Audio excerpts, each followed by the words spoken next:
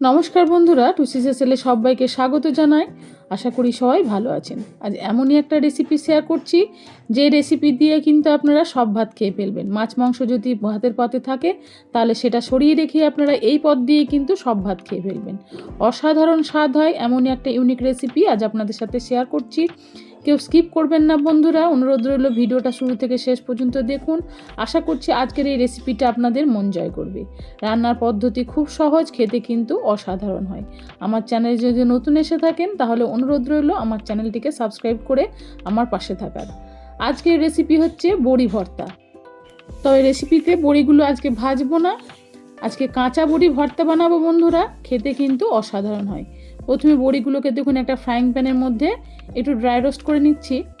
একটু dry roast করে নিলে বড়ির ফ্লেভারটা কিন্তু খুব ভালো আসবে।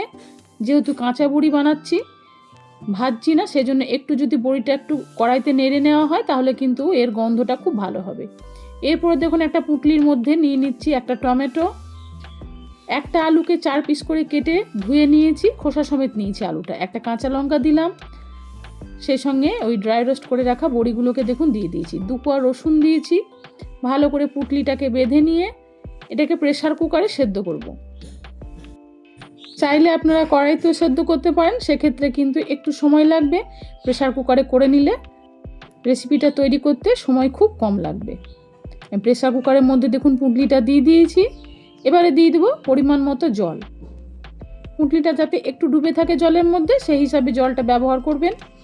এরপরে প্রেসার কুকারের ঢাকনাটা লাগিয়ে দিয়ে 2 থেকে 3টে সিটি দিয়ে নিয়ে প্রেসার কুকারটা কিছুক্ষণ রেস্টে রেখে দেব। গ্যাসটা অন করে দিয়েছি।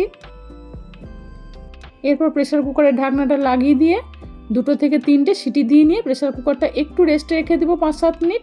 তারপরে ঢাকনাটা খুলে বড়িগুলোকে একটু বের করে নিতে হবে। সিটি পড়ে গেছে। গ্যাস ওভেন থেকে কুকারটাকে আমি নামিয়ে রেখেছিলাম। দেখুন বড়িগুলোকে এবার বের করে নিচ্ছি। কিন্তু খুব গরম বন্ধুরা, খুব সাবধানে এই কাজটা করতে হবে। ভর্তা আমরা সাধারণত যেরকমভাবে বানাই বন্ধুরা, আজকের ভর্তার রেসিপিটা ঠিক একটু অন্যরকম। খেতে কিন্তু গরম গরম ভাতের সাথে দুর্দান্ত লাগে। আমি প্রথমে আলুর খোসাগুলোকে দেখুন ছাড়িয়ে নেব।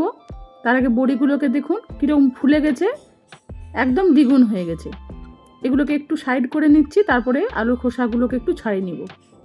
টমেটোর খোসাটাকে একটু দেখুন ছাড়িয়ে নিয়েছি, কিন্তু অসম্ভব গরম, এখন মাখাবো না, খোসাগুলোকে ছাড়িয়ে জাস্ট একটু রেখে দিয়েছি।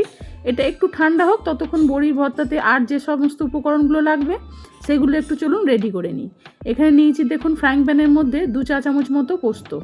অবশ্যই একটু ব্যবহার করবেন, কাঁচা বড়ি ভর্তাতে এই পোস্তটা দিলে খেতে কিন্তু দুর্দান্ত লাগে। পোস্তটাকে প্রথমে একটু ড্রাই রোস্ট করে নিতে হবে। বেশিক্ষণ ড্রাই রোস্ট করা চলবে না, মোটামুটি 10 থেকে 20 সেকেন্ডের মধ্যে পোস্তটাকে একটু নেড়ে নিয়ে নামিয়ে নিতে হবে, যাতে পোস্তর মধ্যে সুন্দর একটা সুগন্ধ বেরোবে। পোস্তটা দেখুন হালকা মতো একটু ভাজা হয়ে গেছে। এটাকে তুলে নিয়ে একটা বাটিতে রেখে দিচ্ছি। এবার ওই ফ্রাইং প্যানের মধ্যেই সর্ষের তেল দিয়ে দিয়েছি। অবশ্যই সর্ষের তেলটাই ব্যবহার করবেন। শুকনো লঙ্কা একটু ভেজে নিতে হবে। আমি যেমন ঝাল খাবো সেই হিসাবে শুকনো লঙ্কাগুলো দিয়েছি। ঝাল একটু বেশি খেলে শুকনো লঙ্কার পরিমাণটা একটু বাড়িয়ে দেবেন।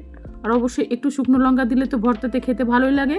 সেই সঙ্গে দিয়েছি দেখুন 1 চামচ মতো গোটা জিরে। জিরে আর শুকনো লঙ্কাটাকে খুব ভালো করে ভাজতে হবে। দেখুন এবার জিরে শুকনো লঙ্কাটা ভাজা হয়ে গেছে, এইগুলোকে তুলে নিতে হবে। জিরেগুলোকে যতটা সম্ভব পারবো তুলে নিতে হবে। বাকি 2-1টা জিরে যেগুলো লেগে আছে সেগুলো ওই পেঁয়াজ ভাজার মধ্যে রয়ে যাবে। আর আমি এই পোস্তর বাটিতে কিন্তু জিরে আর শুকনো লঙ্কাটাকে তুলে নিয়েছি। এরপরে দিয়ে দিলাম একটা মিডিয়াম সাইজের পেঁয়াজ কুচি, সেই সঙ্গে 5-7 কোয়া রসুন কুচি। ভালো করে পেঁয়াজ আর রসুন কুচিটাকে একটু ভেজে নিতে হবে। লো ফ্লেমে পেঁয়াজ আর রসুনটাকে দেখুন খুব ভালোভাবে ভেজে নিয়েছি। ভাজতে ভাজতে কিন্তু একটু হালকা লালচে মতো রং হবে, তখন পেঁয়াজ ভাজাটাকে তুলে নিতে হবে। খুব ভালোভাবে দেখুন পেঁয়াজটা ভাজা হয়ে গেছে। এরপরে দেখুন আলু আর টমেটো এগুলো কিন্তু এবার একটু ঠান্ডা হয়ে গেছে। এদিকে জিরে আর শুকনো লঙ্কা আর যে পোস্তটা ড্রাই রোস্ট করেছিলাম সেটাকে একটু শিলে বেটে নিলেই ভালো হয়, চাইলে মিক্সিতেও বেটে নিতে পারেন। আমি একটু শিলে বেটে নিয়েছি। তারপর বড়ি, আলু, টমেটো এগুলোকে সব একসাথে একটু মেখে নিতে হবে। হালকা গরম আছে, যাই হোক মাখতে কিন্তু অসুবিধা হচ্ছে না। এভাবে একটু একদম ঠান্ডা করে মাখবেন না, একটু গরম গরম থাকলেই মাখতে কিন্তু ভালো হবে।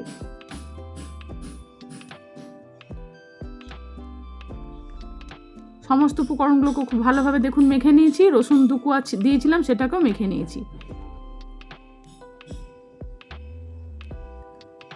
এরপরে পেঁয়াজ ভাজাটাকে দিয়ে দিয়েছি, পেঁয়াজ রসুন ভাজাটা, তেলটা সমেতই দিয়ে দিয়েছি। আর সেই সঙ্গে দেখুন শুকনো লঙ্কা, জিরে আর পোস্ত, এটাকে আমি শিলে একটু জল ছাড়াই বেটে নিয়েছি, অবশ্যই জল ছাড়াই বাটবেন।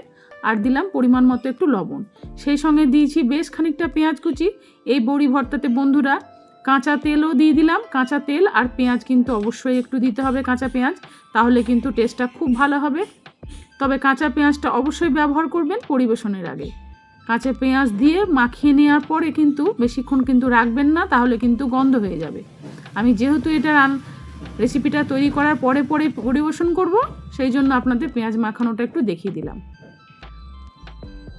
বড়ি ভর্তাতে কাঁচা পেঁয়াজ আর কাঁচা তেল যদি না দেওয়া হয় বন্ধুরা, তাহলে কিন্তু বড়ি ভর্তা অসম্পূর্ণ।